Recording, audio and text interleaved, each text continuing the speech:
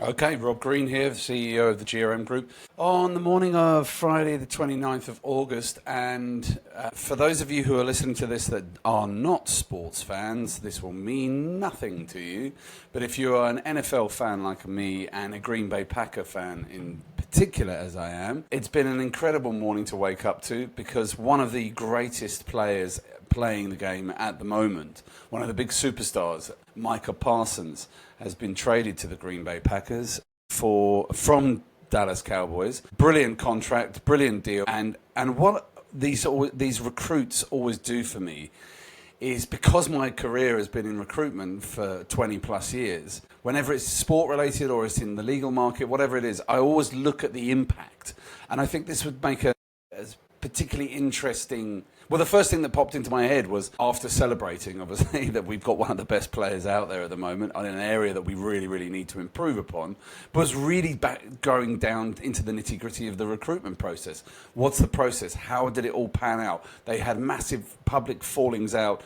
They're losing one of their star players. I've seen law firms do the same thing, lose some of their key billers, and it sets you back years. So I wanted to try and sort of get some notes out there. I've got some things written down which I'm going to read out, but really, we can learn in senior legal recruitment. We can learn a lot from this Dallas Cowboys Micah Parsons debacle.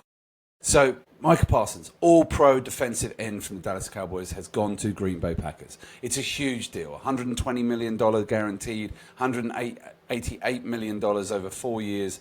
It's a humongous deal. He is one of the elite players in the league at the moment, and he's joined my team, so I'm obviously delighted. But I think it offers really profound lessons for us when we're looking at team structure, succession planning, who holds the power in a relationship, and it's something about symbiotic relationships within recruits that I have been talking about for a very long time. It's a humongous, high-profile talent management failure. It brings in bad egos, poor communication, dysfunctional negotiation practices. The whole story, have a look at it online if you're interested. It is absolutely fascinating.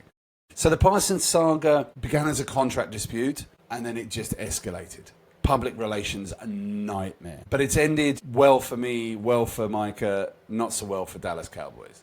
One of the things that I was writing down here and I'm looking at the moment is the communication failure. It starts with the owner of the Dallas Cowboys, the head honcho, in many cases the chairperson or the managing partner of a law firm. Jerry Jones, very famous, if anybody watches those documentaries on Netflix. He decided to directly negotiate with Parsons, excluding his very high-profile and high-powered agent, David Mulugeta, I think his name is. And that violates league principles, fundamental negotiation principles as well. Parsons explicitly stated privately many times and then publicly that he no longer wanted to be holding these closed-door negotiations without his representation there. It's worth pointing out that Jerry Jones is an 88-year-old billionaire and Micah Parsons is 26 years old. He wants his representation there, people who know are going to ask the right questions. And there's a common mistake certainly in partner level recruitment, where, especially when you're dealing with M&A lawyers who just feel like they are the negotiators and they need to cut out the agent, forgetting that the person with the talent and the client base and all the skills might want their agent there. Something worth remembering. So, ego came into it, massive ego. Jerry Jones's approach became really personal, and he really started coming out into the press with saying, basically airing their dirty laundry. And this is how they've always done their business. And that's another failing of businesses, and certainly law firms that we've worked with, where it's always been done that way. It doesn't work anymore. You've got to look at different things. They need to treat everybody as an individual. This ego-driven approach that the Cowboys took kind of really mirrors what often happens in law firm leadership and when they're hiring partners and teams. So, and then also how do you retain exceptional talent? Well, first of all, start treating everybody as an individual as the number one rule. So how do we get through this, and what can we take out of it for legal recruitment and senior legal recruitment? Well, I'm going to be talking to my teams later on, and I'm going to be using Micah Parsons as the lesson. I'm going to be looking at his record. That's what we do at GRM. We look at the lawyers and their breakdown of their record, their remuneration, the number of cases that they've been done, the number of deals that they've done, blah, blah, blah, blah. We look at how we isolate each person of exactly how good they are and how impactful they are to that organization. And then by trying to play this all out in public, by trying to skirt around what the actual talent wanted and had requested, it just led to a complete breakdown, and it was only ever going to go one way. It also appeared that they didn't, well, publicly, it didn't appear that the Cowboys had given a really strict negotiation frameworks. You need a clear timeline and process exceptions. You need an involvement of every representation that people want, both sides. You've got to document everything, every point, every part of the agreement, and then you've got to have an objective and a clear criteria to get that to completion. These are the 4 ways to negotiate. Everybody knows that, but maybe that's been missed sometimes, especially when emotions get involved. Don't leave everything to the last minute. These guys tried to push it. The season starts next week. Everybody ran out of time, and now, most importantly, the franchise don't have time to get someone else. Well, they'll never get someone else that's good, but they don't really have time to start looking around, and they'll fall into the same trap that Manchester United seem to always fall into, which is they negotiate badly, they fall into it, they lose all the power, and they end up overpaying. Early engagement is very important. Direct engagement with your talent is recognizing that this is now a symbiotic relationship, that you need the talent as much as the talent needs you, and in fact the talent can go anywhere. Remember that.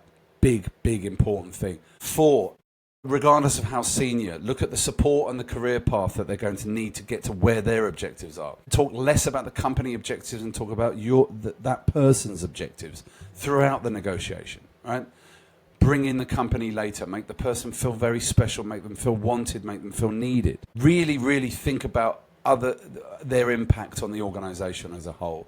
This is something that's been clearly missed in this negotiation, and ultimately what they've done is they've set themselves back. Well, one commentator I was watching earlier, the Franchise Guide, check it out on YouTube if you're interested in negotiations within the sporting world, said it's set them back 5 years. And I've seen that with law firms as well, and legal teams. If you let your ego get in the way and you really let your generational talent leave, it can set you back massively. And on another video, I'll talk about how that's happened to GRM in the past, as you go through cycles. So basically, let's look at wrapping this all up. I'm obviously delighted. My team have got one of the best players in the league. Absolutely delighted.